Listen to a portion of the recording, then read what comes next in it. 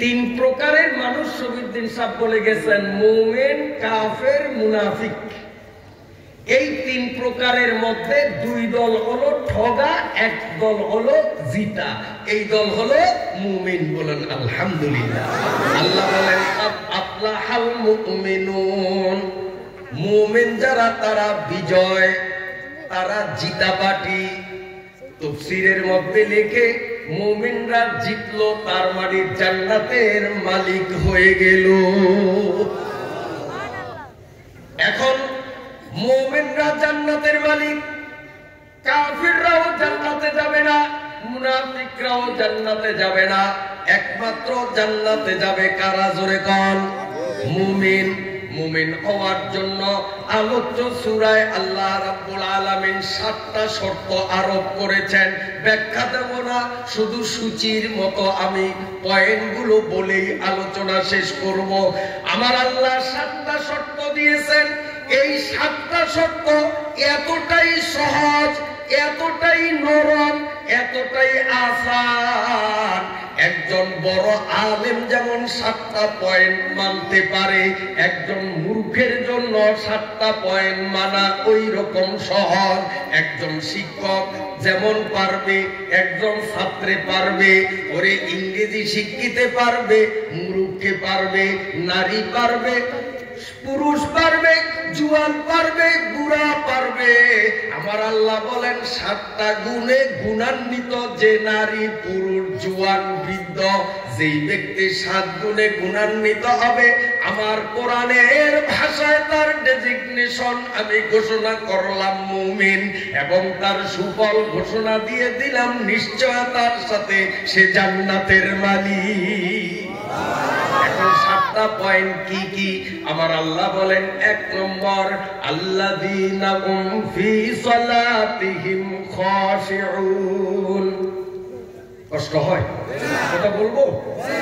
বারবার বলছি, কথা সংক্ষেপ করব। এর এক একটা পয়েন্ট সবিস্তার আলোচনা করা সময়ের দাবি, বলা দরকার, কিন্তু পরিবেশ এখন আমাদের সেইটা নাই। বন্ধুরা আমার, 7টা গুণ আল্লাহ আমাদের দিয়েছেন। 1 নম্বর হলো আল্লাযীনা হুম ফি সালাতিহিম খাশিউন। আর 7 নম্বর হলো আল্লাযীনা হুম আলা সালাওয়াতিহিম ইউহাফিজুন। সালাত মানেও নামাজ, সালাওয়াত মানেও নামাজ। 7টা গুণ শুরু হলো নামাজ দিয়ে, 7টা গুণ শেষ হলো নামাজ দিয়ে। তবে নামাজে বেশ কম, শব্দের উচ্চারণেও যেমন বেশ কম। 1 নম্বরে বলা হয়েছে সালাত, আর শেষ নম্বরে বলা হয়েছে সালাওয়াত।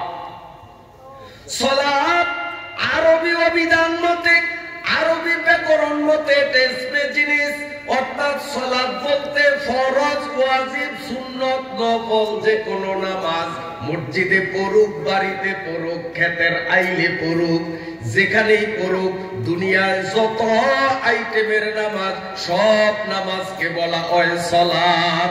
তাই আল্লাহ বলেন ওয়াল্লাযীনা হুম ফি সালাতিহিম খাশিউন। এ মুসলমান নারী, পুরুষ, জুয়ান, শিক্ষিত, মূর্খ, তোমরা যদি 7টা গুণে গুণান্বিত হয়ে জান্নাতের মালিক হতে চাও, 1 নম্বর গুণ হলো তুমি নামাজ ফরজ পড়ো আর সুন্নত পড়ো, নফল পড়ো আর ওয়াজিব পড়ো, ঘরে পড়ো আর মসজিদে পড়ো, দোকানে পড়ো আর খেতে খামারে পড়ো, লোকের সমাগমে পড়ো আর একা একই পড়ো। যেখানেই তুমি নামাজ পড়ো, ধীর স্থির হয়ে নামাজ পড়া লাগবে। আর আমাদের অবস্থা, যদি মসজিদে নামাজ পড়ি, কোন একজন আলেমের পাশে দাঁড়িয়ে নামাজ পড়ি, সেদিন মাশাআল্লাহ নামাজটা কত সুন্দর। আর যখন একা একা পড়ি, টুপি নাই, জামা নাই, কোন মতে গামছাটারে পেঁচাইয়া মুরগি আদার খায় যেভাবে ওভাবে রুকু সেজদা করি, ঠিক না বেটি? আমার আল্লাহ বলেন যদি জান্নাতে যাইতে চাও জৈনপুরি বিশ্রামের পাশে দাঁড়াইয়া নামাজ পড়লে তুমি যেইভাবে নামাজ পড়ো, তুমি ক্ষেতের আইলে একা একা নামাজ পড়লেও তোমার নামাজটা ওইভাবেই হওয়া লাগবে। তার কারণ নামাজ আমরা আল্লাহকে দেখাবার জন্য পড়ি, ঠিক না বেঠি? আমার ভাইরা বাবাজিরা, एक गादा पढ़ता था सारा में सला, वक्त मगरिब के सुनो आईने के साथ, जनवाहा आई चली एक ऐसा ईद, रखा पा उसने मुसल्ला पर पलित। लंबा घटना, एक दरवेश एक আল্লাহর ওলি বিলের মধ্যে মাগরিবের নামাজে দাঁড়াইছে, আল্লাহু আকবার বলিয়া। এক মহিলা জিনা করার জন্য সে তার অবৈধ প্রেমিকের কাছে যাইতেছে। ওই মহিলা ওই ওলি আল্লাহর জায়নামাজের উপরে যখন পাড়া দিল, জুতা সহ পাড়া দিল, উনি নামাজের নিয়ত ছাড়ছে, ছাড়িয়ে মহিলার সামনে দাঁড়াইছে। দাঁড়াই দেখে ये जाहिद हुआ जमसे खेपा और कहा কেমরা। ওই দরবেশ তখন বলে, এই এই আমি নামাজ পড়ি, তুই দেখোস না? তুই আমার জায়নামাজে পাও দিলি কেন? তখন মহিলা বলে, নামাজ তুমি কার পড়ো? আমি আল্লাহর নামাজ পড়ি। মাই আদা করতা তায়া পর ফরজে রব, তুনে পা রাখা কেউ এহা আয় বেয়াদব। এই বেয়াদব, আমি রবের নামাজ পড়ি, তুই আমার জায়নামাজে পাও রাখলি কা?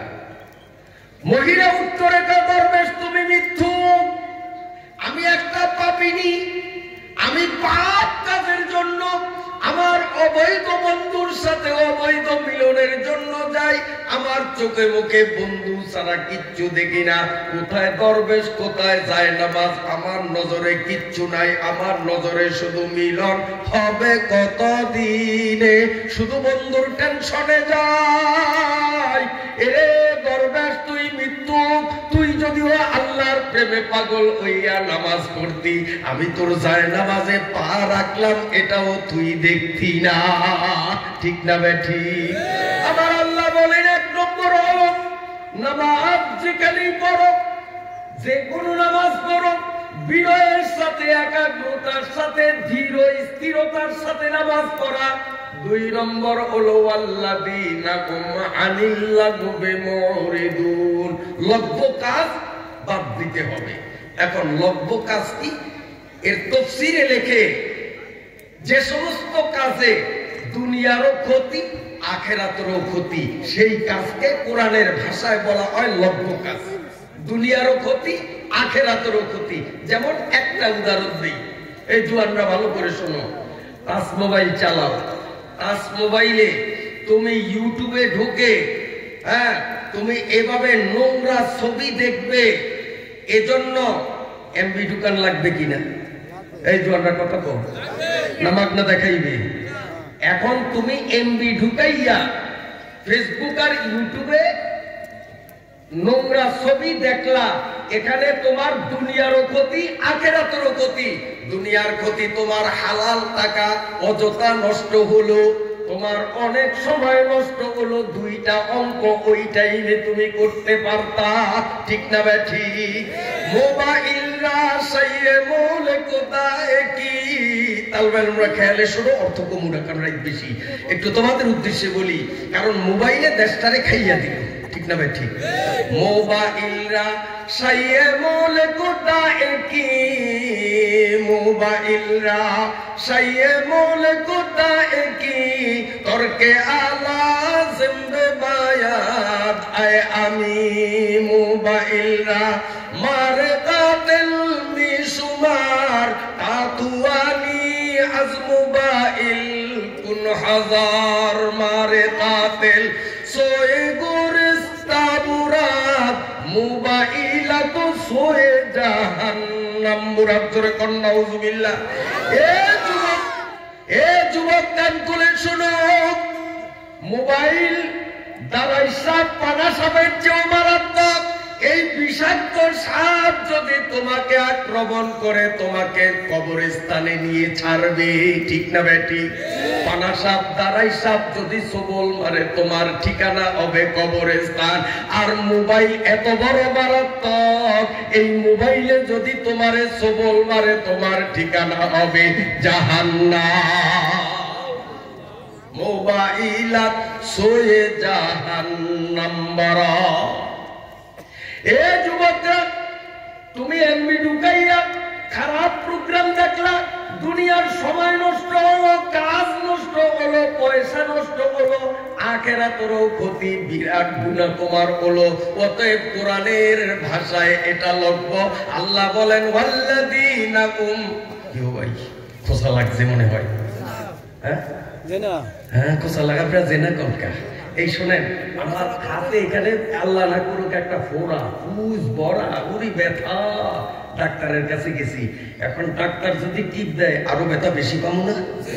এখন ব্যথা পাইয়া যদি থাকবো না ডাক্তারের কাছে যাই গিয়া, ফোড়া ভালো হইব তো তাড়াতাড়ি, কি তাড়াতাড়ি ভালো হইব না? পোষবে শেষ পর্যন্ত হাত কাটতে হবে, ঠিক না? তা আমি একজন ডাক্তার, আমি কোরআন হাদিস থেকে সময় উপযোগী প্রেসক্রিপশন এবং ঔষধ নির্বাচন করছি। এই টাইমে ফোড়ায় টিপ দিছি, ব্যথা পাইছে দুইজন, ওইটা আটা আরম্ভ করছে, ব্যথা পাইছে। এই আপনাদের দেশে বাইসাইকেল আছে না? সাইকেল এখন আমগো ভোলায় যা দেখছি, আরে টিউবটা লিক হইছে, এখন মিটারে জামা দিয়া কি যে গসা কষে টিউবে যদি ওই সময় শালার মিকার তুই আমার সর্বাকল উদাস, কি কষ্ট হয়, থাকবো না তোর কাছে। যদি টিউবটা সইরা যায় লিক সারবো? বরং টিউবটা চুপ করে বসে থেকে, ভাই রে কষ্ট হয় হোক, একটু তাড়াতাড়ি কর, তুই আমার ভালোর জন্যই করস, তুই এইভাবে যতই আমারে জ্বালা সারবো, যত কষ্ট দেয় আমার ভালো, আমার লিক সারবো। সারে না?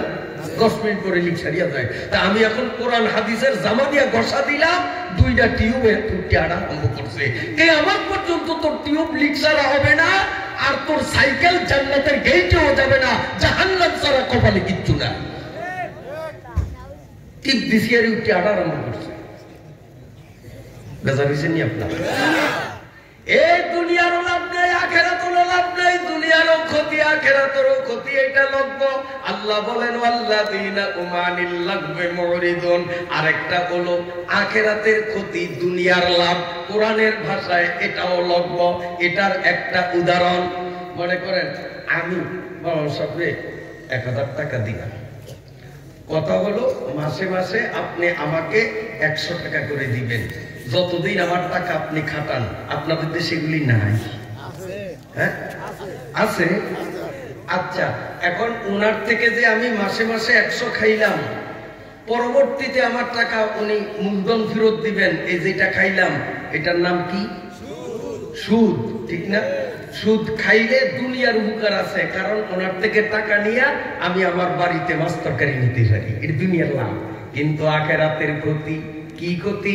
আল্লাহ পাক দাউদ নবীকে বললেন, দুনিয়ার মানুষরে জানাইয়া দাও সুদ খাওয়া হারাম। এই কথা জানা সত্ত্বেও যেই কপাল পুরা মানুষগুলো সুদ খাইবে, কিয়ামতের ময়দানে নির্দয় নিষ্ঠুর জবানিয়া ফেরেশতারা জ্বলন্ত শলা, জাহান্নামের জ্বলন্ত শলা দিয়া সুদখোরদের চোখের মধ্যে গুঁতো মারতে থাকবি। তাহলে সুদ খাইলে দুনিয়ার লাভ, আখিরাতেরও লাভ। কথা কর, দুনিয়ার লাভ আখিরাতের ক্ষতি, এইটাও লক্ষ্য। আমার আল্লাহ বলেন, নিশ্চিত যদি তুমি জান্নাতের মালিক হতে চাও, 2 নম্বর পয়েন্ট হলো ওয়াল্লাযীনা হুম আনিল লাগবি মুরিদুন। লব্য কাম তোমাকে পরিহার করতে হবে, গেল 2টা। 3 নম্বরে আমার আল্লাহ বলেন ওয়াল্লাযীনা হুম লিয-যাকাতি ফাইলুন। যাকাতের আবার 2 অর্থ। যাকাতের এক অর্থ হলো আত্মিক যাকাত, যাকাতের আরেক অর্থ হলো আর্থিক যাকাত। আত্মিক যাকাত মানে কলবের মধ্যে যেই ময়লা, হক্কানি পীর বুজুর্গ আলেম ওলামাদের সোহবতে যাইয়া, কোরআনের তাফসীরের মাহফিলে যাইয়া, সহিহ তাবলীগে চিল্লা লাগাইয়া আত্মার ময়লাগুলোকে পরিষ্কার করা, কোরআনের ভাষায় এটাকেও যাকাত বলে। এটা হলো আত্মিক যাকাত। আরেকটা হলো আর্থিক যাকাত। নির্ধারিত পরিমাণ সম্পদের মালিক আল্লাহ যারে বানাইলেন, নির্ধারিত সময়ে নির্ধারিত পরিমাণ টাকা গরিবকে দেওয়া, এটাকে বলে আর্থিক যাকাত। আমার আল্লাহ বলেন 3 নম্বর হলো ওয়াল্লাযীনা হুম লিয-যাকাতি ফাইলুন। এ কলাকবার মুসলমানরা, নারী আর পুরুষ, জওয়ান বৃদ্ধরা, আমার জান্নাতে যদি যাইতে চাও তোমার আত্মাও শুদ্ধ করা লাগবে। আর যদি তুমি ধনবান হইয়া থাকো, শতকরা 2.5 টাকার যাকাতও তোমাকে দেওয়া লাগবে। কথা বুঝাইতে পারলাম? এগুলোর ব্যাখ্যায় অনেক আয়াত, অনেক হাদিস সেটিং করা যায়, গেলাম না। আমি সূচির মতো আগাইতেছি। আমার আল্লাহ বলেন 4 নম্বর হলো ওয়াল্লাযীনা হুম লিফুরুজিহিম হাফিজুন ইল্লা আলা আজওয়াজিহিম আও মা মালাকাত আইমানুহুম ফাইন্নাহুম গায়রু মালুমিন। সুবহানাল্লাহ। কষ্ট হয়নি আপনাদের? কষ্ট হয়? পয়েন্ট কয়টা মনে আছে? 7টা। গেল কয়টা? 3টা। এবার 4-এ ঢুকছি। ঠিক আছে তো? তাইলে আর সামনে বেশি না কম? কম না? 7টার এখন 4-এ যখন আইছি তো 7-এ আর অল্প। ধৈর্য হারা হবেন আপনারা? আমার ভাইরা বাবাজিরা কান খুলে শুনেন। আমার আল্লাহ বলে, ও নারী আর পুরুষ, আমি মাওলার জান্নাতে বিজয় বেশে প্রবেশের ইচ্ছা যদি তোমাদের লাগে, ইচ্ছা থাকে, 4 নম্বর গুণ তোমাকে অর্জন করতে হবে। সেটা হলো আমি আল্লাহ কর্তৃক তোমাদেরকে যে বিধান দিয়েছি ওই বিধান মতে তোমার যৌন ক্ষমতাকে প্রয়োগ করতে হবে। আমি আল্লাহর বিধান বহির্ভূত পন্থায় যৌন ক্ষুধা নিবারণ করা যাবে না। আমার আল্লাহ বলেন যৌন ক্ষুধা নিবারণের 2টা স্থান। বর্তমান দুনিয়াতে একটা স্থানের অস্তিত্ব আছে, বৈধ স্বামীর বৈধ স্ত্রী। আরেকটা হলো আউমা মালাকাত আইমানুকুম, যৌন ক্ষুধা মিটাবার 2য় নম্বর পাত্র। এটা বর্তমান দুনিয়ার বাংলাদেশ, ভারত, পাকিস্তান, আমেরিকা, সৌদি, এক কথায় পৃথিবীর কোথাও ওটার অস্তিত্ব নাই। অতএব আমি সেটা নিয়ে কোনো আলোচনা করব না। যৌন ক্ষুধা নিবারণের পাত্র হলো 2টা। একটা বর্তমান দুনিয়ায় যেহেতু অবিদ্যমান, অতএব সেটা নিয়ে আলোচনা করব না। একটা বিদ্যমান, সেটা হলো বৈধ স্ত্রী। আমার নবী বলেন কোন স্বামী যদি তার যৌন ক্ষুধা নিবারণের জন্য তার বৈধ স্ত্রীকে ব্যবহার করে, আল্লাহ রাব্বুল আলামিন স্বামী স্ত্রী 2 জনের আমলনামায় আল্লাহ সৎকার সওয়াব লিখে দেয়। আমার প্রিয় নবী বলেন এই যৌন ক্ষুধা নিবারণের জন্য স্বামী যদি তার স্ত্রীকে প্রস্তুত করতে গিয়ে প্রেমের আলাপ আলোচনা করে, স্ত্রীর সাথে হাতাহাতি আর কি মস্কারি করে, যৌন উত্তেজনামূলক আলোচনা করে, জিকির না, দোয়া কালাম না, তেলাওয়াত না, দুরুদ না, শুধু স্বামী স্ত্রী প্রেমের আলোচনা, যৌন উত্তেজনার আলোচনাই করুক না কেন, আমার নবী বলেন এক সেকেন্ডে সেকেন্ডে স্বামী স্ত্রী 2 জনের আমলনামায় আল্লাহ 1 বছর নফল ইবাদতের সওয়াব লিখে দেয়। কিন্তু আমাদের দেশের অবস্থা কি জানেন? অবস্থাগুলো স্বামী স্ত্রীর কাছে মনে হয় যেন দৌলতকার ওসি সাহেব। হাটে বাজারে কিল খায়, কলি খায়, পতুয়া মানুষের ওখানে তো পারে না। এখন ঘরে অবলা নারী বউর পিঠের থেকে ওইটা 100-100 ডাইরেক্ট অ্যাকশন উসুল করে।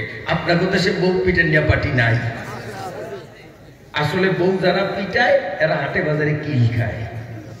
কথা বুঝতে মদিনার পয়গম্বর সাল্লাল্লাহু আলাইহি ওয়াসাল্লাম বলেন, আল্লাহর আসমানের নিচে জমিনের উপরে সবচেয়ে নিকৃষ্ট আমার সৃষ্টি হলো ওই স্বামী অকারণে যে তার বউরে পিটায়। জোরে বলি নাউজুবিল্লাহ।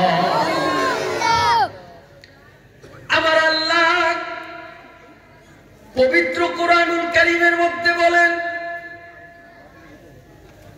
শেষ করবো নাকি কথা বলবো?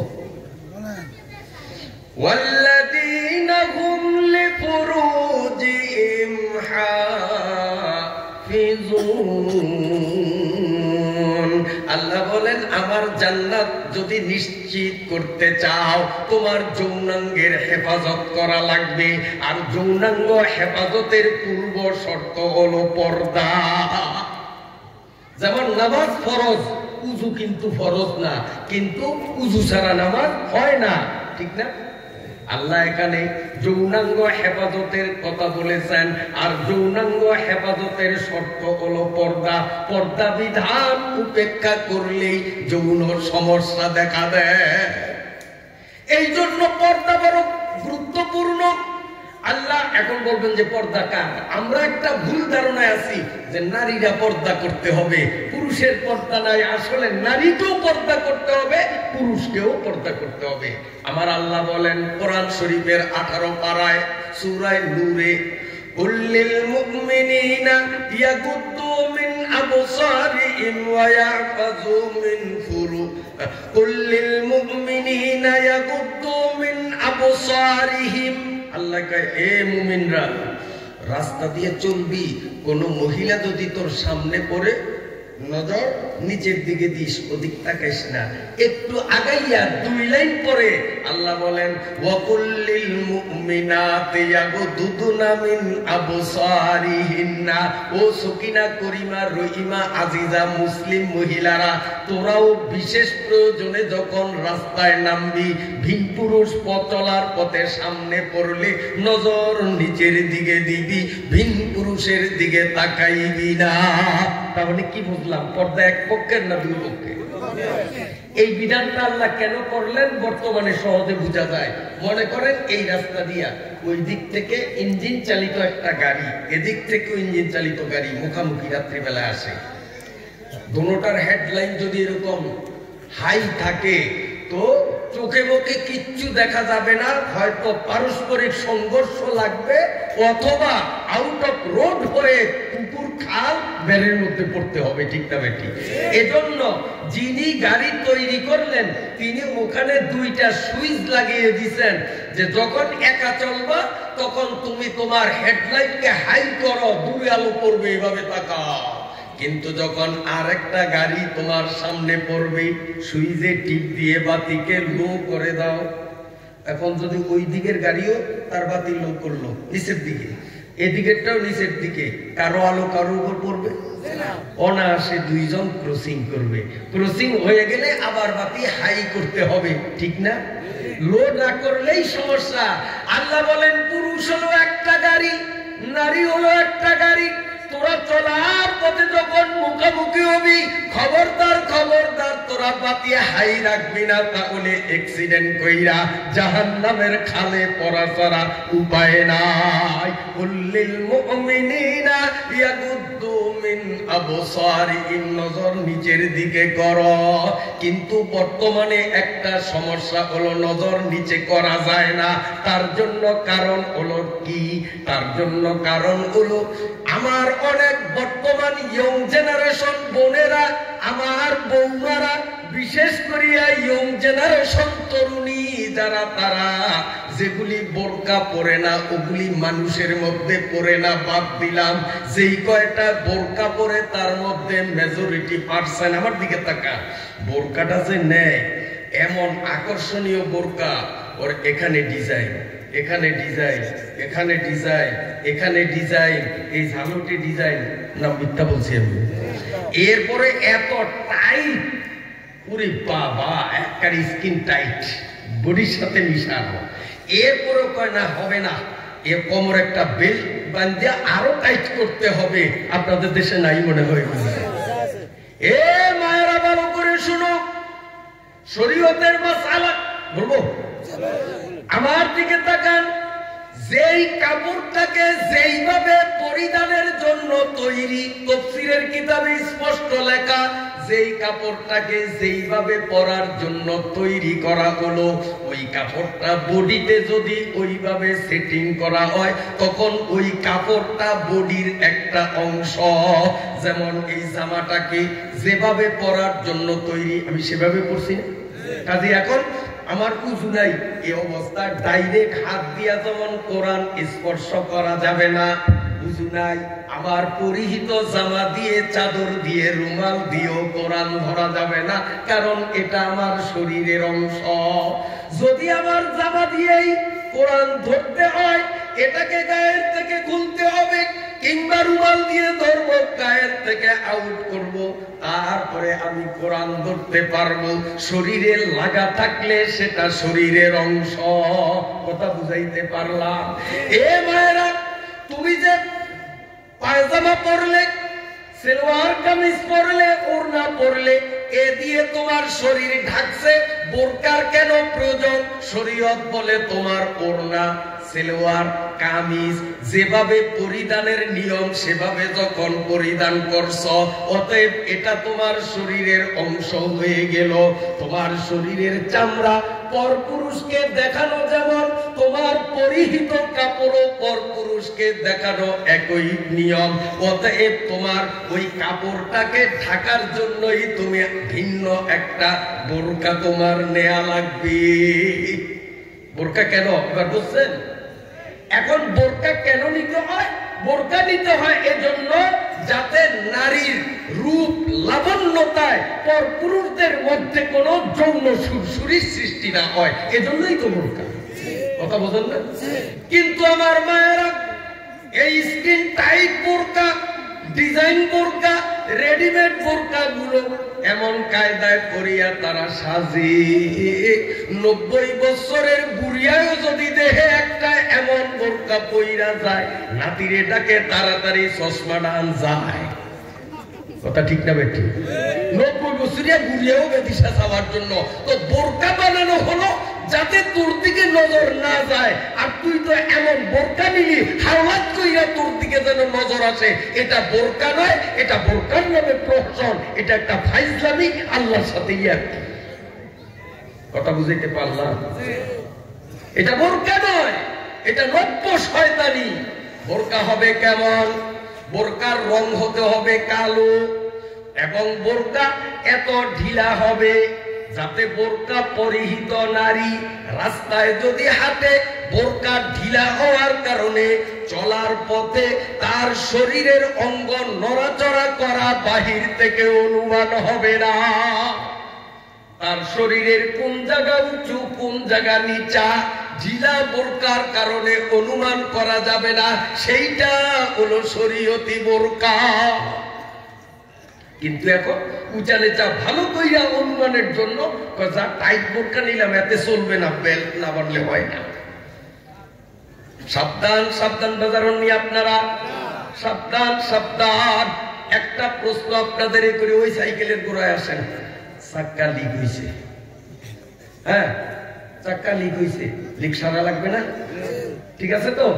আচ্ছা আসেন, এখন কাটার গুতা লেখা লিক লিক হয় না, ওই টায়ারটা 4 আঙ্গুল পরিমাণ ফাটা টায়ার, টিউব ভিতরে, এটা লিক হবে নি? কথা কর না কেন? দোষ কার? টিউবের না টায়ারের? লিক হইল টিউব, দোষ দিবেন টায়ারের? আমি মানি না। ও টায়ার ছিঁড়া, মাশাআল্লাহ, আপনারা ঘুমে ধরে নেই, দেখা যায় সজাগ আছেন। ঠিক আছে, আপনারা একমত? দোষ কার? টায়ারের না টিউবের? বাস্তব হইল টিউব, দোষ দিলেন টায়ারের। কেন? টায়ার ভালো না। টায়ার যদি ভালো থাকতো, ওর কমেট কোম্পানির গোলাপি কালারের টিউব বাস্ত হইতো না। ঠিক না? এ পুরুষরা, বাবা নামক টায়ার, বড় ভাই নামক টায়ার, স্বামী নামক টায়ার, তুমি আমি বাস্ত হয়ে গেছি, যার কারণে আমাদের টিউব গুলো রোডে ঘাটে দেখা যায়। মহিলাদের বেপরদার কারণে আমি টিউবদের দায়ী করব না, সম্পূর্ণ দায়ী হলাম আমরা টায়ারের গোষ্ঠী। ঠিক না বেটি? আমরা ভালো না, যদি স্বামী ভালো হইতো তার স্ত্রীরে দেখা যাইতো না। আপনাকে দৌলত খানে তো সিনেমা হল নাই মনে হয়। একটা কথা কই শেষ করি, একদম শেষ পর্যায়ে আসছি। সিনেমা হল আসেনি? আছে অনেক, এখন নাই মাশাআল্লাহ, ভবিষ্যতে না হোক, এক সময় তো ছিল না? অনেক একটা কথা আমাদের দেশে আছে, সিনেমা না চাইলে জ্ঞান বাড়ে না। প্রবাহিনীর মধ্যে ওটা কথা ছিল নি? আরে কথা কয় টাকা ওয়ার্কশপ আমারই দিয়ে করাইবেন, আপনাকেও বক্তা বানিয়ে দিব, কারণ কালকে তোর আমি আসবো না। কি কর, সিনেমা না দেখলে জ্ঞান বাড়ে না, এরকমটা কথা ছিল নি? ইসরে অজ্ঞান যে কত বাড়ছে, আর আমরা মৌলবীরা সিনেমা না দেখার কারণে জ্ঞান কত কমছে, এইটার একটু খতিয়ান নম্বরটা বাইর করি। করবো শোনেন, এই সিনেমার পর্দায় ববিতা, শাবনূর, শাবানা এগরে নাচতে কুদতে দেখা যায়নি। কথা কন রবীন্দ্র আপনি জানেন কেমনে? আমরা তো জানি না, ও না দেখলেও জানা যায়, কারণ এই প্রসিদ্ধ। এখন বলেন তো, এই যে সিনেমার টিকিট করিয়া ভিতরে চেয়ারে বসিয়া শাবনূরে কেমনে নাচে, শাবানায় কেমনে কোদে, তারপরে শাবনূরে কেমনে লাভ দেয়, এগুলি সব সিনেমার পর্দায় দেখি। ও ঢাকার থেকে মনে হয় শাবানায় আইয়া দৌলত খানের পর্দায় নাচে। কথা কয় না? আসছে শাবানায়, আসছে কি আসছে? কথা কয় না? ছবি। আসলটা কিন্তু আসে নয়, আসছে ছবি। আসল না ছবি আসল? ছবি আসল, এইটা আসল। এইটারে ক্যামেরা দিয়ে ছবি করলাম, ওইটা কি আসল? এইটার দাম আছে, ছবির দাম আছে। এখন আসেন, তোমার জ্ঞান কত বাড়ছে, তুমি কিন্তু আসলটা দেখো নয়, দেখছো ছবিটা, নকলটা, তাও পয়সা দিয়ে নামাজ না, টিকিট করা লাগে না তো? পয়সা দিয়া দেখছে কি আসল না নকল? নকল। কিন্তু জ্ঞান কত বাড়ছে, স্বামী স্ত্রী দুইজন রিকশায় পাশাপাশি বৈশা এইভাবে সিনেমায় যায়, জ্ঞান বাড়ছে। আচ্ছা, এই স্বামীর পাশে যে তার স্ত্রী বসা দৌলত খানে হলে যাইতেছে, এই যে ওনার বউরে রাস্তার দুই ধারের বাঁকাটে যুবকরা দেখে কি দেখে না? এটা তো আসলটা দেখে না, ছবিটা দেখে। হ্যাঁ, সিনেমা দেখা তোর আকল কত নিম্নে গেছে, তোর মতো পাগল নাই, তোরে পাবনা পাঠানো দরকার। তুই নকল চাইতে যাস পয়সার বিনিময়, আর তোর আসলটা দেখাস ফিরি। তোর মতো পাগল আল্লাহর জগতে অনেক হয় না। তো জ্ঞান বাড়ছে না গেছে? কত কয়? হ্যাঁ, আসলটা দেখায় ফিরি, আর নকলটা দেখে পয়সা দিয়া। করছে বড় পাগল আর দুনিয়াতে হয়। আল্লাহু আকবার। 2-4 মিনিটে শেষ করবো আমার ভাইরা বাবাজিরা। এই জন্য আমি আমার মা বোনদের বলবো, মাগো পর্দায় আসো, পর্দায় আসো, স্বামীর খিদমত করো। আল্লাহর নবী বলেন, আইয়ুমা ইমরাআতিন মাতাত ওয়া যাওজুহা আন আরাজিন দাখালাতিল জান্নাহ। মদিনার পয়গম্বর বলেন, যেই মেয়ে লোক পর্দা পুশিদায় চলিয়া স্বামীর মনোরঞ্জন করিয়া মরবে, ওই মহিলা মরতে দেরি, মাওলার জান্নাত পাইতে দেরি হয় না। সুবহানাল্লাহ। আমার মায়েরা, তোমাদের জন্য জান্নাত অত্যন্ত সহজ, শুধুমাত্র পর্দা পুশিদা মানবে আর স্বামীর মনোরঞ্জন করে চলবে। আল্লাহ তাআলা তোমাদের কবুল ফরমান, আমিন। এরপরের নম্বর গেল 4টা। 5 নম্বর এগুলার এত ব্যাখ্যা দেব না, শুধু পয়েন্টগুলো বলি।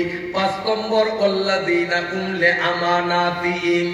6 নম্বর ওয়াআদি ইমরাউন, আমানতের খেয়ানত করবে না, ওয়াদা ভঙ্গ করবে না। তারপরে 7 নম্বর ওয়াল্লাযীনা হুম আলা সালাওয়াতিহিম ইউহাফিজুন।